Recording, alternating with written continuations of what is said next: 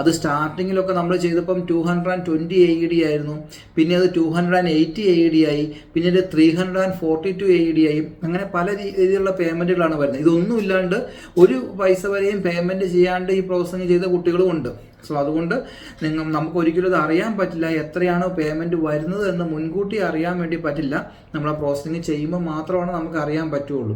നിങ്ങൾക്ക് നെഗറ്റീവ് സർട്ടിഫിക്കറ്റുകൾ അല്ലെങ്കിൽ ഡിസ്ക്രിപ്പൻസി ആയിട്ടുള്ള ഡാറ്റ ഫ്ലോ റിപ്പോർട്ടുകൾ അങ്ങനത്തെ കാര്യങ്ങളൊക്കെ ഉണ്ടെങ്കിൽ അത് വളരെ ശ്രദ്ധിച്ച് ചെയ്യണം. നമുക്ക് ചെയ്ത് കഴിഞ്ഞ് നമ്മൾക്ക് അത് ഡാറ്റ ഫ്ലോയിലേക്ക് പോയി കഴിഞ്ഞ് കഴിഞ്ഞാൽ ഓട്ടോമാറ്റിക്കായിട്ട് അത് റീവെരിഫിക്കേഷന് പോവുകയും അങ്ങനെ പോയി കഴിഞ്ഞ് കഴിഞ്ഞാൽ നെഗറ്റീവ് ഡാറ്റ ഫ്ലോ റിപ്പോർട്ട് നമുക്ക് കിട്ടുകയും ചെയ്യും. പ്രോസസ്സിങ് ചെയ്യുമ്പം ഡാറ്റ ഫ്ലോയ്ക്ക് പോകുന്നുണ്ടോ എന്നുള്ളത് ചെക്ക് ചെയ്യണം. അങ്ങനെ ഡാറ്റ ഫ്ലോയ്ക്ക് പോകുന്നുണ്ടെങ്കിൽ അത് ശ്രദ്ധിച്ചിട്ട് വേണം അത് ചെയ്യാനായിട്ട്.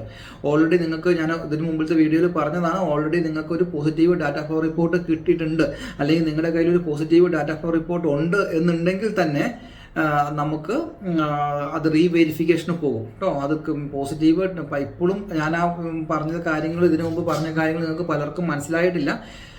ഒരു കാൻഡിഡേറ്റിന് ഒരിക്കൽ പോസിറ്റീവ് ഡാറ്റ ഫ്ലോ റിപ്പോർട്ട് കിട്ടി എന്ന് ഓർത്തത് കൊണ്ട് അത് ലൈഫ് ലോങ് പോസിറ്റീവ് അല്ല.